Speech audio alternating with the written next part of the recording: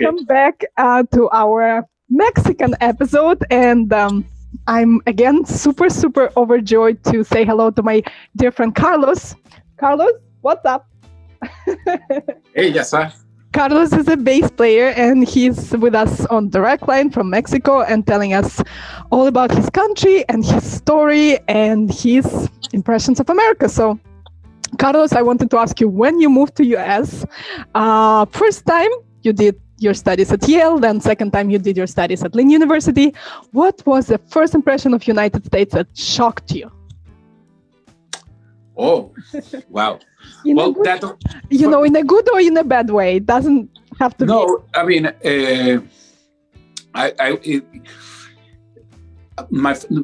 the first time I went to study to the States was in 1992. Okay. And that was to Boston, to New England Conservatory, in the Northeast. And doesn't have to be my possible. first year was hard because I used to have a very laid back atmosphere here in the music schools in Mexico or in the it was very laid back. And I was surprised when I got there, that so much classes, and when I'm gonna get to practice, and ensemble. Well, people go practice after school, after dinner. They will go into the practice rooms and stay there until 1 a.m., And I was seeing that and I was like, whoa, so that's the only way to, there was no time for anything for much because there were so many classes. And it's not like that in Mexico? Oh, it's more relaxed. It's much more relaxed. I mean, I feel that, everything is more calm down. In just of a sudden, when you get there in the States, you start your first week of classes, and they give you these all these syllabus with deadlines and assignments and papers, and you're like, whoa. Sounds familiar. And then you go to the next class and the same, whoa, and you just have to organize yourself to do all that, Especially after being a teacher for a while, right? You came already a bit. No. Actually, the first time I was still young. What age was it? How old were you? I was not so young. I was probably around 20, 21 years old. Oh, that's still young. Yeah, I mean, and I did 6 years in the States after that. And then that 15 years later, that's when I meet you in 2012. That's right. Carlos, how was your English back then? Was it hard? Well, I had some English classes here at school. So I passed the TOEFL back then in Boston, but I had to retake the TOEFL exam because they tell you, well, the TOEFL is only valid for 2 years if you don't have a continuity with on other academic program. So I left school for 15 years and came back to Lynn, and I had to take again the TOEFL. And fortunately, for the music school, the requirements were not that at Lynn were not that high, and I passed it. But I think I can understand written English better than to have a conversation or to interact. But I don't know. What is your tip on learning English? Well, I think it's important to be there. For example, I think right now, after 6 years that I've been out of the States in a non-speaking English environment, my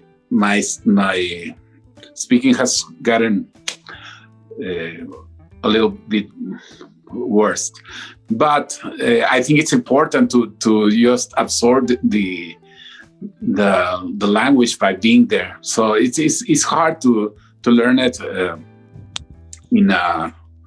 if you're not there, if you're not experiencing. Then But I'm glad. sometimes, you know, Then I'm glad we're doing this episode so you can revive your. yeah, I can practice a little bit. In a non-English-speaking country, you can just have groups of people that are trying to do the same as you. You just wanted to learn English and get together in a round table and just have conversation sessions. Does it have to be a round table specifically? It can be square. It works also. It works. Carlos, did you have a pen pal? A what? Did you have a pen pal? Someone you write to in English and have communication? Not so much. Not so much. It's a common thing here to have a pen pal in different countries. Okay. To learn a different language. Oh, I see. Okay. Yeah, no, all right. I didn't even have. But you know, at work, some of the people are on my orchestra where I work are American. So I can have. I used to try to have conversations with them. One of my peers in the section, the bass section, he just passed away. A couple of years ago. It was an American, William. He's a black, very nice man. I used to talk with him in English a lot. But was he married to a Mexican girl? Yeah. Mm-hmm. Yeah. A lot. Yeah. There's a lot of Americans here in the orchestra. They used to come a lot more than now because we used to need a lot of musicians in the orchestras here in Mexico for brass instruments and woodwinds and stuff. What do you think drawing them to Mexico? What do you think is the main difference between American and Mexican culture that drawn people there that is so attractive? Well, I think they like it here because it's kind of more relaxed. They can have a kind of different atmosphere living atmosphere. It used to be more attractive because I think it was more secure a couple of decades ago, or even still.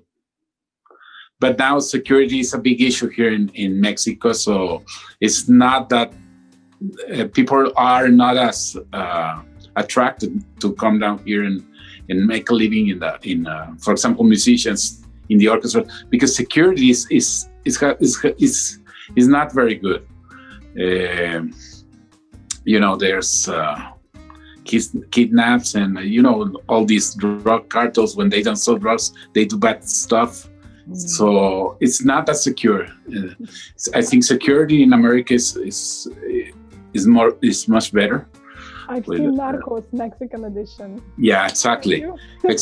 all those bad guys, all those bad hombres. Except Diego Luna, he's too handsome to be a good guy, to be a bad guy. Yeah, he's always a good guy, right? Well, Carlos, talk to me about this relaxed atmosphere and the food in general. You guys have a big, famous culture of Mexican cuisine, famous all over the world. What's your favorite dish? Are you a good cook? How is food govern your life, basically? Well, there's a lot of dishes here in Mexico. Popular dishes that you eat on the markets and stuff, in which are not expensive, and there's a lot of flavor in a lot of hot, spicy food, and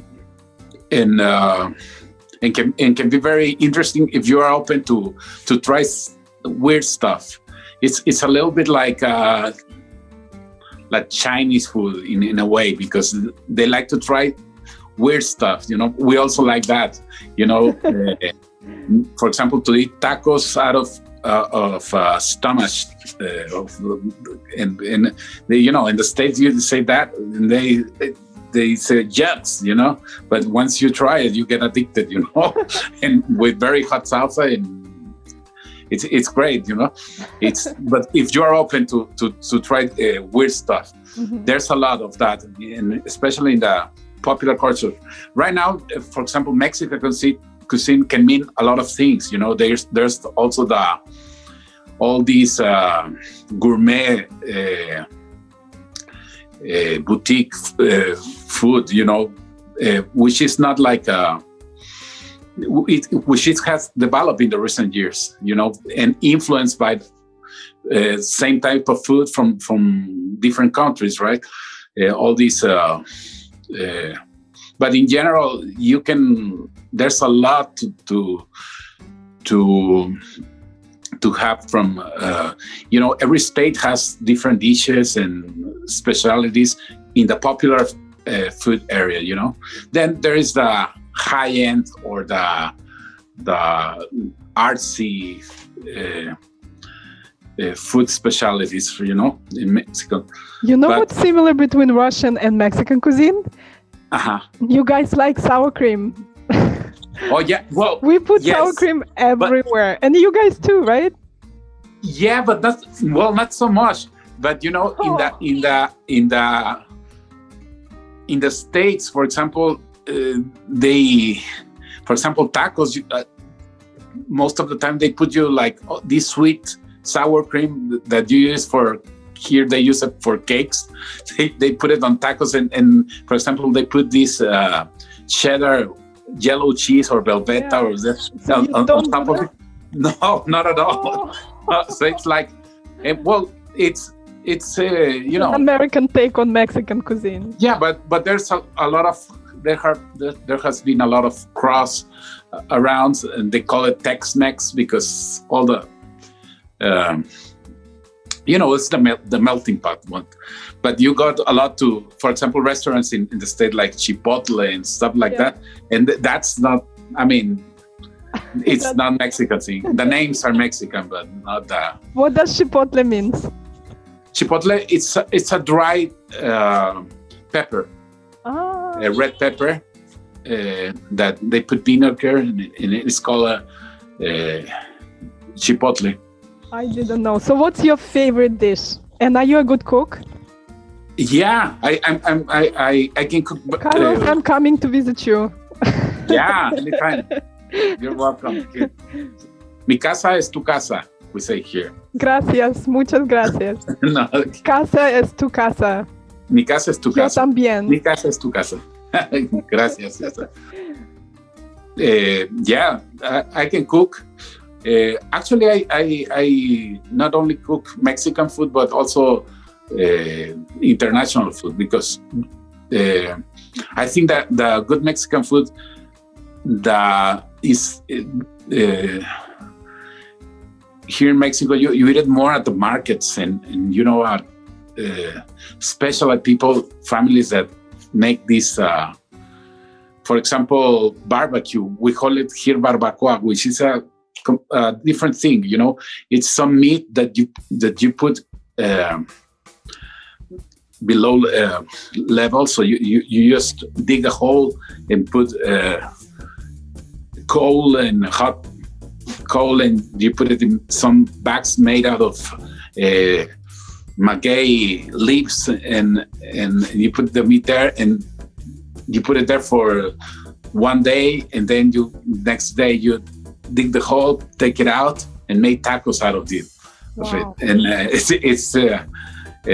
and stuff like that is it's sometimes not practical to do it at home. Quite a procedure, right? But it's worth it. I bet it's worth it. It's worth it. Yeah.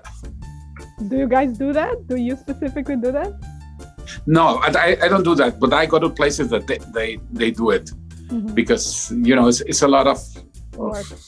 A lot of work. And then there are some dishes that you can, that are seasoned dishes. Certain. For example, near here, Jalapa is Puebla. They have a very famous dish that's called chiles en hogada. chiles is peppers. In nogada is like a nut sauce, but they have what we call here granada, which is a fruit that only ripens around from July up until October. So that's the season of the chiles, and you get that granada. It's a very red fruit with small little grapes. Seeds. I know granada, of course. Yeah, exactly. And it's a season thing. Yeah. Yeah, I love like it. I love it. Yeah, like that. Very healthy, very healthy. They say it's good for your blood because it's bloody red. Carlos, talk to me about my favorite thing in the world. Talk to me about desserts. What's your favorite? Wow, desserts. I'm not... You don't have a sweet tooth? Yes, but not so much as you. Yes, my sweet tooth is really sweet. Yeah. Well, the desserts here in Mexico are very, very sweet. So sometimes it's too much. It's too much. Are very sweet, and that's quite opposite from my country, because in Russia desserts are not that sweet, and it's part of the daily ration basically to eat the dessert. It's just a pure pleasure. It's like a dark chocolate kind of dessert, that not too sweet, just full of flavor. I like it. I like it a lot. In fact, here in Mexico, I take care of not having too much sweets, because there's a lot of sugar in there in those. So if you come to Mexico, be careful with those, because here in Mexico, diabetes. Yeah, well, we have the highest number of diabetes in the world. I'm sorry. I mean, no. It's just a fact, here in Mexico. The desserts are very sweet. There's a lot of cakes. There's a lot of little desserts that you can buy everywhere, and people are used to. And then they go and they drink it with Coke, that's... Oh my goodness, it's like sugar covered by... It's a lot of sugar. It's sugar. It's a bomb. Yeah, so well, okay, let's get off this painful topic of sweets, and let's get to some exercise routine. I remember at our time at Lynn, I was teaching yoga, and you were one of the most dedicated students, and we had so much fun doing meditation, stretching. Is it a big part of life in Mexico to exercise and playing sports?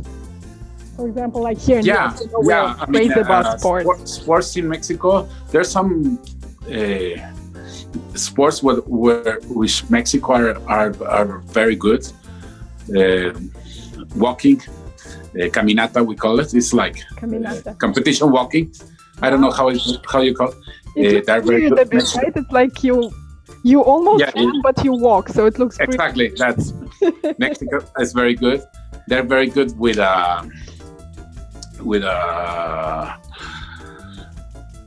swimming, not so much. No, with walk, taekwondo and karate, they're pretty good. Sometimes athletics can be very good, but in general, it's not that soccer is very big here. But there's a lot of teams. There's a big leagues. People are missing soccer here a lot, because they cannot go to. There's no open games and stuff like that. But for some reason, we never have won a world soccer competition. But well, us too, Carlos. We're in this together. Yeah. We love soccer. We're obsessed with soccer. I'm talking about Russia. We're obsessed with soccer, and my city has a very famous, very well supported club called Zenit. Yes, team Zenit. But on the world scale, we don't win major competitions, unfortunately. Yeah, but Russia is such a big force in many In hockey, sports. for example. Hockey, gymnastics, Gymnastics. Oh my God. tennis, especially women. Yeah. Well, guys, tune in for the next episode if you want to know more about healthcare. And please like and subscribe. Carlos, will see you again soon in the next episode. Bye. Bye.